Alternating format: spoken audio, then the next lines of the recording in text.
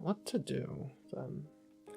Sarah's growing sympathy for her neighbor added a new possibility to any errands she might be sent on in the evenings. There was a chance that his curtains might not be drawn, and she might be able to see inside. When that was the case, if no one was about, she would stop and take hold of the iron railings, looking into those warm rooms, and wishing good thoughts to her adopted friend. Perhaps kind thoughts reach people somehow, even through windows and doors and walls. Perhaps you feel a little warm and comforted and don't know why. The man sat alone in an armchair by the fire, nearly always in a great dressing gown, and nearly always with his forehead resting in his hands as he gazed hopelessly into the fire. He always seems as if he were thinking of something that worries him. He has got his money back, so he ought not to look like that. I wonder if there's something else. I hope you'll get well and happy again. I'm so sorry for you. I wish you had a little missus who could pet you as I used to pet Papa when he had a headache. I'd like to be your little missus myself, poor man. Good night. Good night. God bless you. She would go away feeling quite comforted and a little warmer herself. Her sympathy was so strong that it seemed as if it must reach him somehow. On this day, although Sarah's viewpoint through the window did not allow her to see it, the man in the house was not alone. Carmichael, I cannot believe that wretched woman has disappeared without a trace. With the loss of her two best-paying pupils in such a short time, Madame Pascal's finances were in great disarray. She apparently found it necessary to close her school entirely. It was something of a scandal in Paris, which turned out to our benefit. Without those rumors, we might not have found the child's trail so quickly. But your sources have no idea what might have happened to her after that. As the story goes, after her father's death left her unprovided for, she was then adopted. Taken in by the parents of the little girl who had so recently died at that same school. The two girls had been close companions before the accident, you see. After that, a child without parents and parents without a child, it seemed the best solution all round. So this family, who were extremely well-to-do Russians, took the child off her hands. And after that, Madame Pascal found herself in difficulty and absconded. I've not been able to contact her. Well, I think of all the dreadful things that could happen in this world to a child without protection. If this is the child you're in search of, she would seem to be in the hands of people who can afford to take care of her. But if you say the child was the one I am in search of, you say if, we are not sure. Without Madame Pascal's confirmation of the father's identity, we cannot be certain. Still, the circumstances were curiously similar. An English officer in India had placed his motherless little girl at a school. He died suddenly after losing his fortune. If you are certain that the child was left at a school in Paris, it seems most likely that she is the one. My dear fellow, I am certain of nothing. I never saw either the child or her mother. The mother was a Frenchwoman, and I had heard she wished her child to be educated in Paris, but I do not, cannot know. As if drawn by the sound of raised voices, the Lascar, whom Sarah had seen in the attic, entered bringing a tea service with him. Rest yourself, Sahib. You do not do good if you are not well. He accepted a cup with a sigh. You are right as always, Ram. Still, I must find the girl. If she is alive, she is somewhere. If she is friendless and penniless, it is through my fault. Why was I not man enough to stand my ground when things looked black? My poor Ralph put into the scheme every penny that he owned. He trusted me, he loved me. And he died thinking I had ruined him. I, Tom Carrisford, who was at Eton closer than a brother to him. What a villain he must have thought me. Ramdas rested a comforting hand on his master's frail shoulders. You were ill, Sahib. Your mind was not whole. You are not to blame. Overwhelmed with despair and half delirious with fever because I was weak. And then I ran away and collapsed in the jungle alone. I thought I wanted to die. Well, that I nearly did. He looked up at Carmichael with a self-deprecating smile. It was only thanks to Ramdas that I was discovered and brought back to the hospital in time. If you had no strength of heart, Sahib, you would not have survived those weeks of fever. Mr. Carrisford reached up and clasped the other man's hand. You are too good to me. Mr. Carmichael harumphed gently, reminding them of his presence in the room. Yes, well, I returned to conscious. Poor Crewe was a dead man, and buried, and my own mind was in a haze. I did not recall the child's existence for weeks, and I've never been able to remember her name. Surely he must have spoken of her to you. Anything he said about the school could be a clue. With nothing more to go on, it will be difficult for me to tell if you found the right girl. Unscrupulous people might not hesitate to provide a false heiress. He used to call her by an odd pet name he invented. He called her his little missus, I believe. But the wretched timelines drove everything else out of our heads. Well, don't despair. We shall find her yet. According to my Paris sources, the good-hearted Russians who left Madame Pascal's school were named Anisimov. They most likely lived in Moscow. I'll go there and see what can be learned. If I were able to travel, I would go with you, but I can only sit here wrapped in furs and stare at the fire. I am useless. You are improving. If I travel to Moscow, and that is not Ralph Crewe's child, I will return. By then, I'm sure you'll be able to move on to Paris with me to continue the search.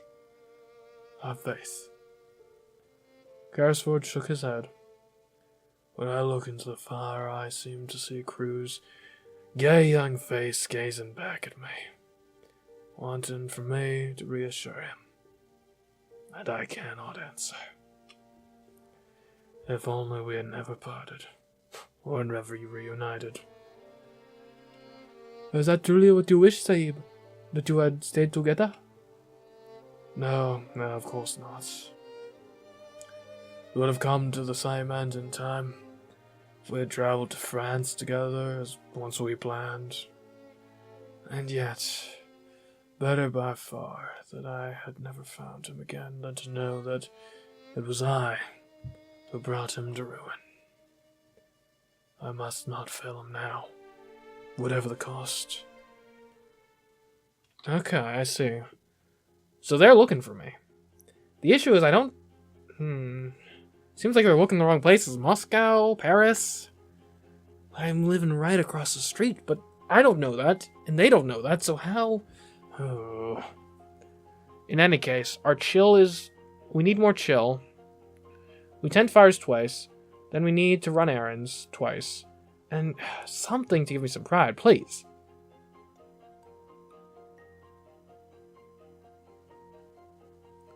And we can potentially get pride from the kitchen duty.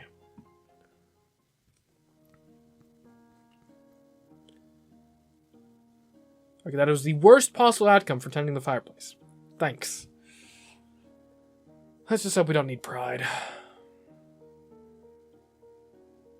We have gotten the chill we desired, so the main goal of this week has been achieved, but... Let's just hope it doesn't require pride, whatever the next event is. Sara sat upon her hard attic bed, looking down at her feet, which were red and throbbing. Emily, as always, smiled absently on the proceedings. She was not sitting up quite straight today, as Sarah had bumped against her chair and not yet taken the time to right her. It has been hard to be a princess today, Emily. It has been harder than usual. It gets harder as the weather grows colder and the streets get more sloppy. When Lavina laughed at my muddy skirt as I passed her in the hall, I thought of something horrible to say all in a flash. I'd only just stopped myself in time. You can't sneer back at people like that if you're a princess. But you have to bite your tongue to hold yourself in. I bit mine. She drew her knees up to her chest, wrapping her arms around her legs. It was a cold afternoon, Emily, and it will be a colder night. Quite suddenly, she put her dark head down against her arms. Oh, Papa, what a long time it seems since I was your little missus. There was no answer. After a few moments, she lifted her head again, smiling as bravely as a soldier. The sun is setting, Emily. We mustn't waste it. I never guessed how short the days in England could be in winter. I wished it a good night to the sun so that it does not decide to leave us completely. The sun might be more comfortable in India, but we need it here. With that bit of self-encouragement, she meant to climb to her feet and raise the sky to let the sun in. No sooner had she swung up the window than a bundle of fur blurred through the opening, alighting solidly on Sarah's shoulder with all its paws before springing off again. It was the monkey, Charon. Oh dear, he got loose! He landed on her bed then and scampered toward her pillow, then swung himself around and into the darkness beneath the bed frame, with only the long curve of his tail still in sight. Sarah looked quickly at the door to her room to be sure that it was closed. Miss Minchin would be furious at such a creature running loose through her school. But what was she to do with them? Helpless, she stuck her head back out of the skylight and found the concerned face of the Lascar there opposite. Miss Sahib, have you seen... Oh, sir, Sharon has come through my window. Should I try to catch him for you? He's hiding under my bed. There was an angry chittering. She looked down to see that the monkey was now running across the floor towards the rusty grate. Ah, Miss Sahib, it would not be wise. He is a good monkey and will not bite unless one pulls at his tail, but he is very difficult to catch. He flies like the lightning when he wishes. He does not know you, and I do not think he will allow you to catch him. Even myself he obeys only when he chooses, but he is not wicked, only playful. I believe that I might be able to coax him if it is allowed that I enter.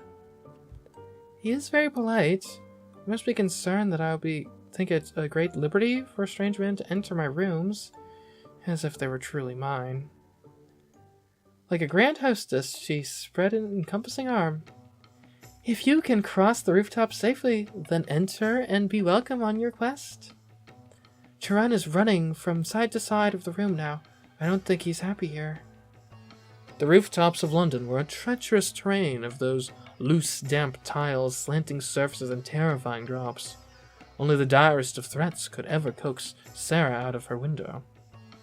The Lascar, however, slipped across and through as easily as if he had been walking on roofs all of his life.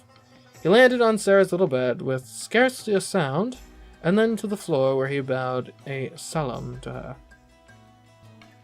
It was the first time she had seen him so clearly. The look of him, the color of and fabric of his attire still evoked the painful half-familiarity of her lost memories, but the man himself was unusual. His bow had been as deep and polite as any Indian servant's, but he moved as lightly as a magician and stood with the strong shoulders of a soldier. His eyes and his smile were warm, if enigmatic, and the knife on his belt he wore with confidence. Oh, he is like a character in a fairy tale, the brave wanderer who will surpass all the witch's challenges. And for that reason he remained fixed in Sarah's mind as the Lascar, and it did not occur to her to ask his name, or to provide her own. Thank you for your hospitality, Miss Sahib. His eyes swept the room, and Sara felt a sudden surge of shame. Everything here is dirty and ragged, including me. I'm no longer fit to be called Sahib. But if he had such thoughts, he did not voice them. Now for this little one. It was not a very long chase. The monkey prolonged it a few minutes, evidently for the mere fun of it, but presently he sprang chattering onto the man's shoulder. You see, he is hard to catch when he is running, but when he wishes to, he will come to a friend. He is like a child to me, and my master. Many thanks, Miss Sahib, for your aid. Perhaps if you meet again, Taran will know you as a friend. I hope so. He did not presume to stay long within her rooms, but salaamed again and made a swift exit. It gave Sara a wistful sort of pain to recall that she, the drudge whom the cook had insulted less than an hour ago, had once been surrounded by people who salaamed just so whenever she went by. What a kind man. He could not help but see how shabby this room of mine is, but he still spoke to me as if I were someone important and valuable. She walked around the room, setting Emily back in place upon her chair, and righting any other objects disarrayed by the monkey's passage. If only we, all of us, could go back to India together. Okay. Alright, we can't do our next Lavina event until week 36. We need 6 pain and 3 sorrow for it, which we already have. Alright, well, I guess we'll skip the event for this week then. If there's nothing to do. Guess it just means we've been doing too well. The days continued to grow colder, and the nights longer. There were days on which Sara tramped through snow when she went on her errands. There were worse days when the snow melted and combined itself with mud to form a slush. On such days, the study in which the Indian gentleman sat glowed with warmth and rich color, but the little attic at Miss Minchin's was dismal beyond words. Becky sometimes crept into Sara's room, and the two of them would huddle together under a shared blanket for warmth. If 'twant for you, miss, and your stories of Bastille and being prisoner together, I think I should die here. Seems too real now, don't it? The missus is more like a head jailer every day she lives. I can just see them big keys you say she carries. And the cook's like one of them under jailers, having relations with the army man that helped to throw over them nobles. Tell me more, please. Tell me about the subterranean passage we've dug under the walls. I'll tell you something warmer. I'll tell you about the tropical forest where Sharon the monkey from next door used to live. I've seen him sometimes looking out the window with that mournful expression. I just feel sure he is thinking about the tropical jungle where he used to swing by his tail from coconut trees. I wonder if he was captured to make a pet, or if he chose to leave the trees to make friends with tall people. That is what the Lascar called himself, one of Sharon's tall friends. I wonder if he left a family behind who has depended on him to bring home coconuts. Ain't coconuts them big round hard ones, missus? Can a monkey eat that? They beat them against rocks to crack them, then pull them apart with their paws. It must be hard work for a small creature. Perhaps Sharon grew tired of fetching food and leapt from the trees to land on the shoulder of a passing Lascar, and became his friend so that someone else would feed him. Imagine being a monkey with your own fur coat and friends to bring you your meals. That is warmer, miss. Or some ways, even the Bastille's sort of heathen when you get to telling about it. That is because it makes you think of something else. She wrapped the coverlet around herself until only a hint of her face could be seen in shadow. What have you to do with your mind when your body is miserable is to make it think of something else. Can you do it, mice? Sometimes I can, and sometimes I can't. But when I can, I'm alright. I believe we always could, if we practiced enough. When things are horrible, just horrible, I think as hard as ever I can of being a princess. I say to myself, I'm a princess, a fairy princess, and because I'm a fairy, nothing in this world can truly hurt me. I can believe in you was a fairy easier than I could believe me, miss. You have to practice harder, that's all. We're nothing different, you and I. Now close your eyes and think about flowers. Bright and red and beautiful, nodding in the sunlight. Okay. I mean, we still basically want the same things up. I think I might turn 1 10 fires into a kitchen duty, just so we don't have a catastrophic failure. It also helps out with hunger, which is something we should try to raise up. Gotta be hungry. Gotta really want it. Pride, though, it's tough. What can I say? I'm naturally just not a very prideful little girl.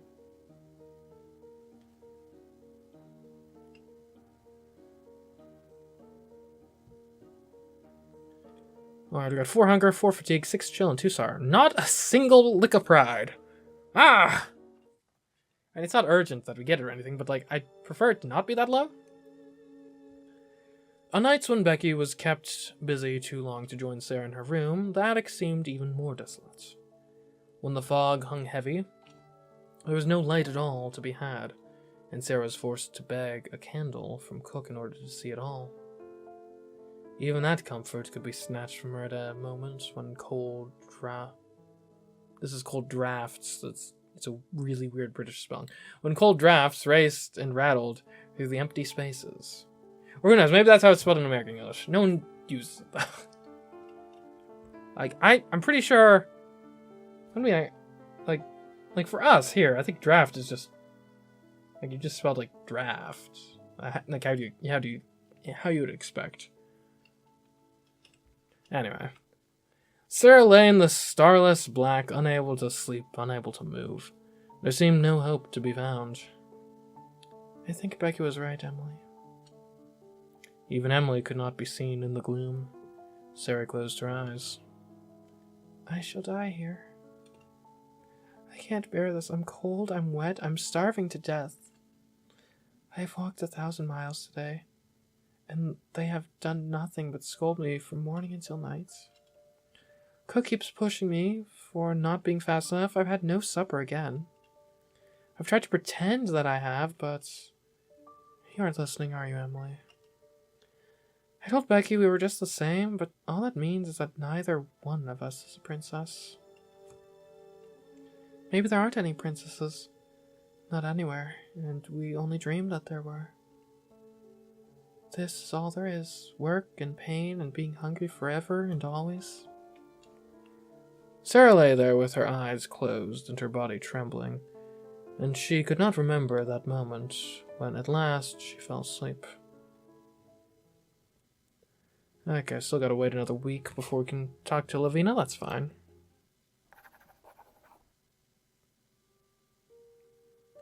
Not long ago, Sara Crewe had been a beautiful child, but lack of food does no good to anyone, and less to a girl still in the course of growing.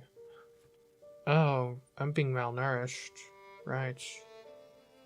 Malnourished in, like, puberty. Ow, that's rough. She was constantly cold and hungry and tired, and the stress and the pain of it gave her face a pinched expression. Now and then, some kind-hearted person passing on the street glanced at her with sudden sympathy, but she did not notice. She hurried on, trying to make her mind think of something else. She fought to suppose and pretend, even as the muddy water squelched through her broken shoes. Suppose I had dry clothes on. Suppose I had shoes. Good shoes, rather, and a long, thick coat, and wool stockings, and a whole umbrella. And suppose, just when I was near a baker's, where they sold hot buns, I should find 6 pence which belonged to nobody. And suppose that I should go into the shop and buy 6 of the hottest buns and eat them all up without stopping. Some very odd things happen in the world sometimes. She had to cross the street just when she was saying this to herself. The mud was dreadful, and she almost had to wade. She picked her way as carefully as she could, looking down at her feet to choose her steps. Just as she reached the pavement, she saw something shining in the gutter. It was actually a piece of silver.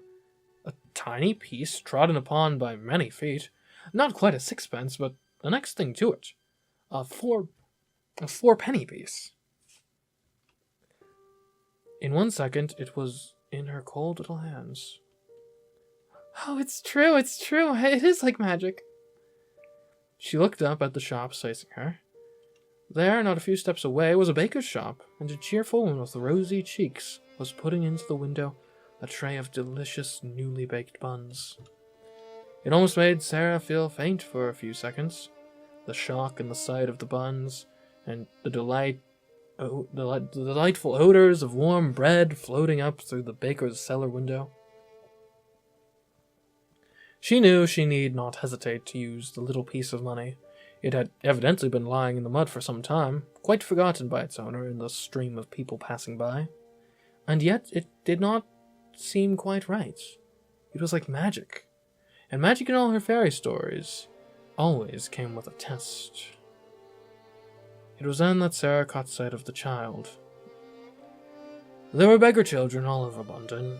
When Sara had been wealthy, she saw them often and gave them pennies when she could. In her more recent suffering, she had rarely had time to notice these others. This was a little figure.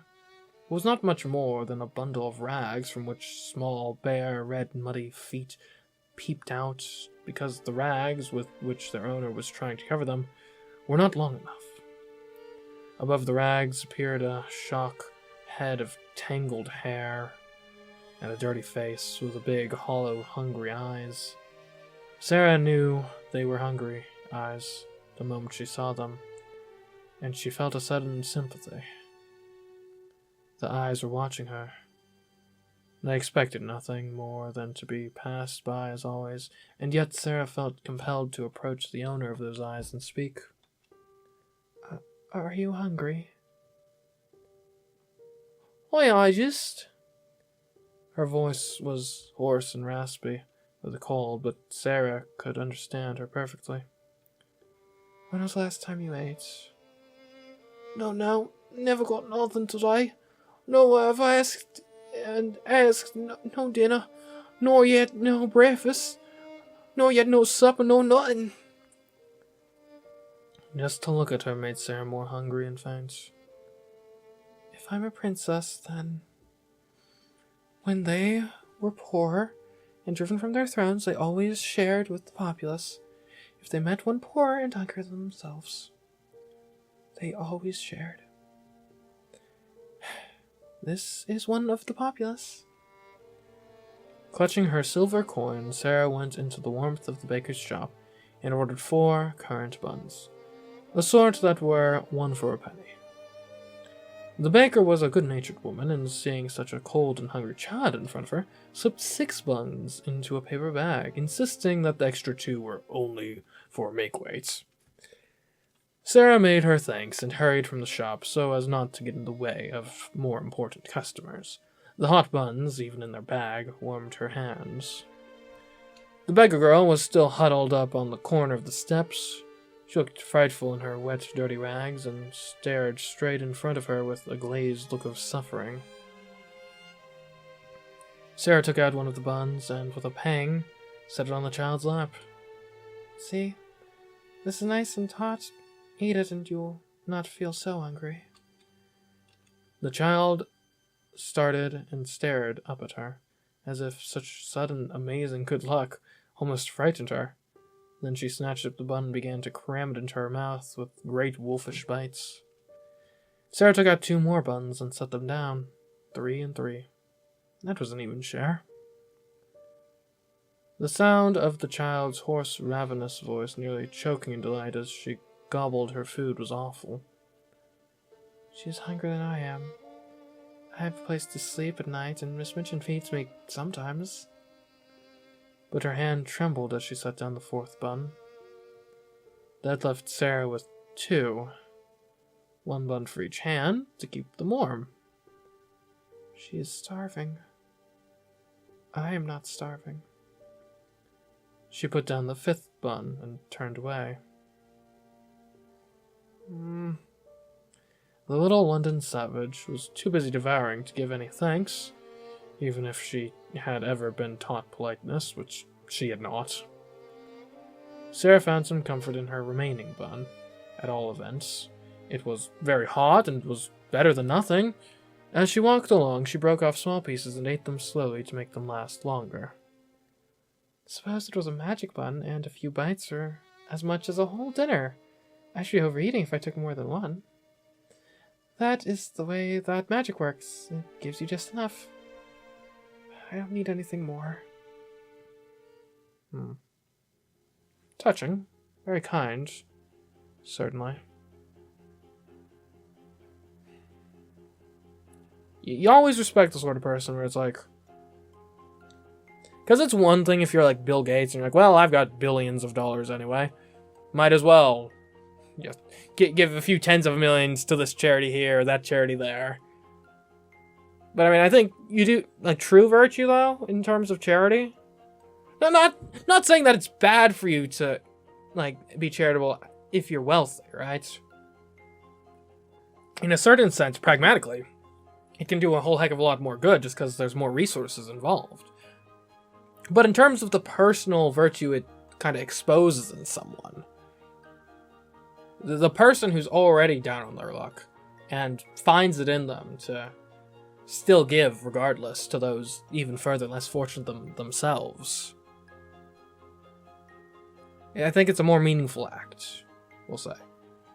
If not on a practical level, certainly on a spiritual, on an ethical level, perhaps. Anyway, I need to get some pride. Pride is really the only thing we're particularly lacking. And statistically, tending fires gives us the most pride. I will also wash clothes, because that can't give me pride, but also could give me pain. We just need to, like, actually get the pride one, which is only 1 in 3 chance. But everything else is a 1 in 3 chance for the pride too. And at least in this case, the 1 in 3 chance, if it is a 1, gives us 2 pride instead of 1. There we go! Got some pride. Pride is tough to come by. Got 4 fatigue, 2 pride, 2 pain, 1 chill, and 4 sorrow. So now we're wasting a lot of stats just dumping it into sorrow now. Not great. When the weather was bad, Sara and the other servants were especially busy making sure that mud and ice did not invade the entrance hall. While she scraped and toiled, many events took place around London, of which she had no knowledge. A kindly baker, moved by seeing a cold and hungry child give away most of her buns to one even less fortunate than herself, offered to take the beggar child in. A large family of children, once glimpsed in their Sunday carriage, laughed over their father's letters, and promised to bring them pictures of Musiks and Droskites when he returned from Moscow. And in Miss Minchin's attic, someone stealthily opened the skylight from the outside. Ah! He let himself down through the aperture, with such lightness and dexterity that he made only the slightest sound, but that was enough to frighten a curious rat back into his hiding hole. Forgive me, I do not come to do harm to you, mistress. Or your mistress, rather. Few would waste politeness on a rat or consider it to be a pet, but this man knew that Sara was not as other children. He had watched her in secret, seen how she made friends of all the little things around her. The rats, the sparrows, even the sky she greeted as if it could hear her. By the mistress of the house she is treated like a pariah, but she has the bearings of a child who should be the blood of kings. First he went to the narrow bed. He pressed his hand upon the mattress, then lifted the covering and examined the one thin pillow. To the rusty fireplace, then, examining the grate which had not seen a fire in many days, the old table, the tattered footstool, Emily's chair, each was carefully tested and set back as it had been. At last he took to the walls. From his pocket he carefully withdrew a number of small, sharp nails. Without the aid of a hammer, he pressed them one at a time into the crumbling plaster. He looked around, nodded, then pulled himself up to the skylight and withdrew as swiftly and silently as he had entered, leaving no sign. Huh. Taking measurements of my room, maybe? Why? Maybe just has pity on my circumstances. Gonna like show up one day with like a new bed. One can hope. A good night's rest is priceless. Anyways, we can finally get our Lavina event. Sara was crouched down, cleaning a smudge off the wainscot when Lavina's voice lashed out at her. Sara, where have you been? Sara did not lift her head to give the other girl attention. I have to work. You've been avoiding me again. I'm very busy. How can you be too busy to see me? I'm a student here. You have to come when I call. You have to obey me. I have to obey Miss Minchin first. I'm not telling you to stop doing your chores, just to visit me too. I'll help you like I did before. Pay attention to me! You aren't even looking at me! I thought you cared. Well, I do. I just don't want you getting in trouble. Sara pressed her hand against the wall for support. She took in a breath and let it out with a great huff. Don't you recall how scornful you were of me for spending time with Becky when I was still on the parlor board? How you called Becky impertinent for overstepping her bounds? It's hardly the same thing. You were born. I am a servant. I'm just the same as Becky. You're nothing like her. She's a girl. She's a girl from the poorhouse who can't even read. You're like me. We are all alike, all of us. Any one of us could have been born rich or poor. And it's chance, pure chance if we were or weren't. And none of that matters to Miss Minchin. We live under her control and her rules. If we go against her orders, we will be punished. If you want to be a flawless English rose, you shouldn't be too familiar with the help. She turned and began to mount the stairs, leaving Lavina with her mouth hanging open. Sara thought that would be the end of it, that Lavina, once rebuffed, would return to her old patterns. But after a moment's pause, her shoes rattled up the stairs. You're just making excuses. I can't. Look at me! I don't believe that you're avoiding me because of what's ladylike. You never cared about that. I told you Miss Minchin requires... You never minded what she thought before. Why are you lying to me? Aren't we friends, Sara? If we are friends, then why, when I said I was busy, did you say that I had to obey you? Because you do! Sara said nothing. I didn't mean it that way. I meant that you could always say that I'd ordered you, and that you had to leave your chores and do what I said, isn't that right? It doesn't make a difference. Miss Minchin will punish me all the same. Then tell me how I can help. I can't trust you. You offer me treasures with one hand and snatch them away with the other. Sara, please, leave me alone. No! Oh. Don't walk away from me. Don't leave me. Sara looked up at the older girl, looming so close. She was aware how thin and fragile she had become in her months of suffering. In a battle of force, she would fare no better than a bird's wing under a cat's paw. Yet Sara could not find fear in her heart. Beneath all the snarling and hissing, Lavina was only another little girl, just the same as she was. What is it you want? I want you to love me. Lavina laid her hand alongside Sara's cheek, and she felt a curious shudder run down her back. You're the only one that matters. You're like me. You know everything about who I really am. And if you won't love me, then what else is there? The pain in those words knifed straight through Sara's tender soul. Oh, Lavina. Do I love you? Could I love you? A whirlwind of memories paraded past Sara's bruised heart. Lavina, her classmate and almost friend, lecturing her on proper behavior. Alternately, haughty, conspiratorial, and pleading. Lavina, who had tortured and tormented her before, weeping with self-loathing. Could you be so much better than you... You could be so much better than you are. You're intelligent, you can be charming, you're curious, inventive, daring. If you're always trying so hard to make yourself seem exemplary, if you're honest with your feelings. But you are being honest with me now, aren't you? Like the quick flash of light across a tilting mirror's surface, it struck her. I am the one who's being cold. Cautiously, Sara reached up. Her fingers brushed Lavina's shoulder. And closing her eyes, pulled the other girl against her into an embrace. It'll be better someday. For both of us. What are you doing? Holding you.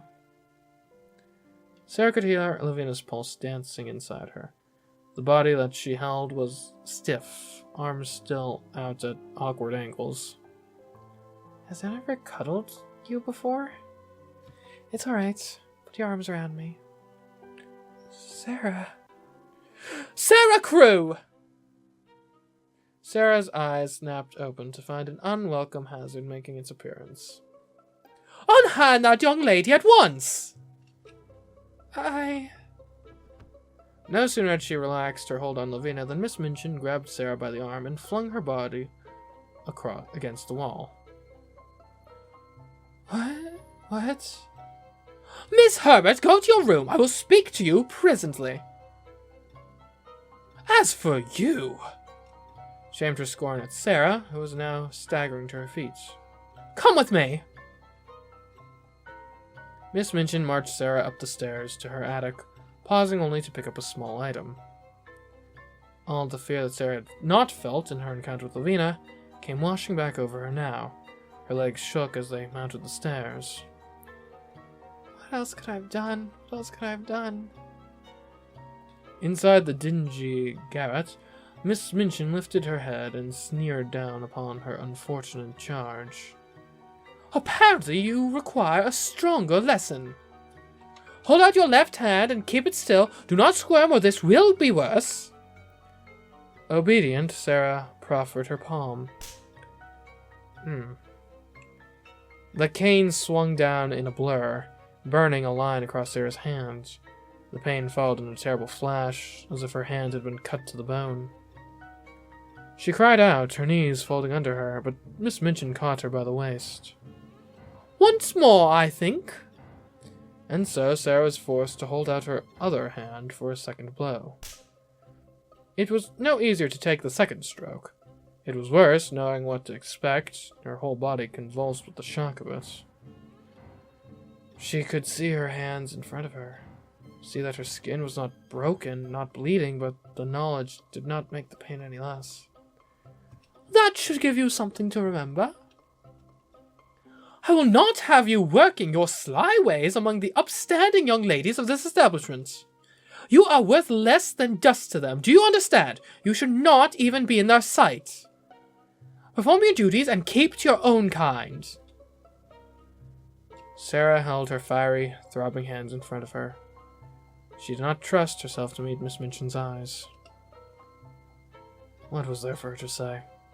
That it was Lavina who had sought her out, who had demanded her attention, and it clearly made no difference. Whatever happens, it will always be seen as my fault. If Miss Minchin beats me to death, even that, she will call my fault. You are quiet. Good. Let this be the last time we have this conversation. If you will not obey, then you will not be permitted to remain. Miss Minchin folded her arms, tucking the cane away. As you will not be able to complete today's tasks, you will have no food tonight or tomorrow. It was this last petty cruelty which cracked Sara's resolve. Her legs buckled, and she collapsed to the floor, her marked hands cupped uselessly on her knees. Tears, hot as pain, swelled in her eyes, blurring her vision so that she did not even see Miss Minchin leave the room. They will tear me in two, both of them, Lavina and Miss Minchin. They He'll take and take until there's nothing left. Nothing I can do will ever be enough. Silent and alone, she rocked back and forth on the cold attic floor. What am I to do? What is there to do? Oh, Papa, why did you have to die?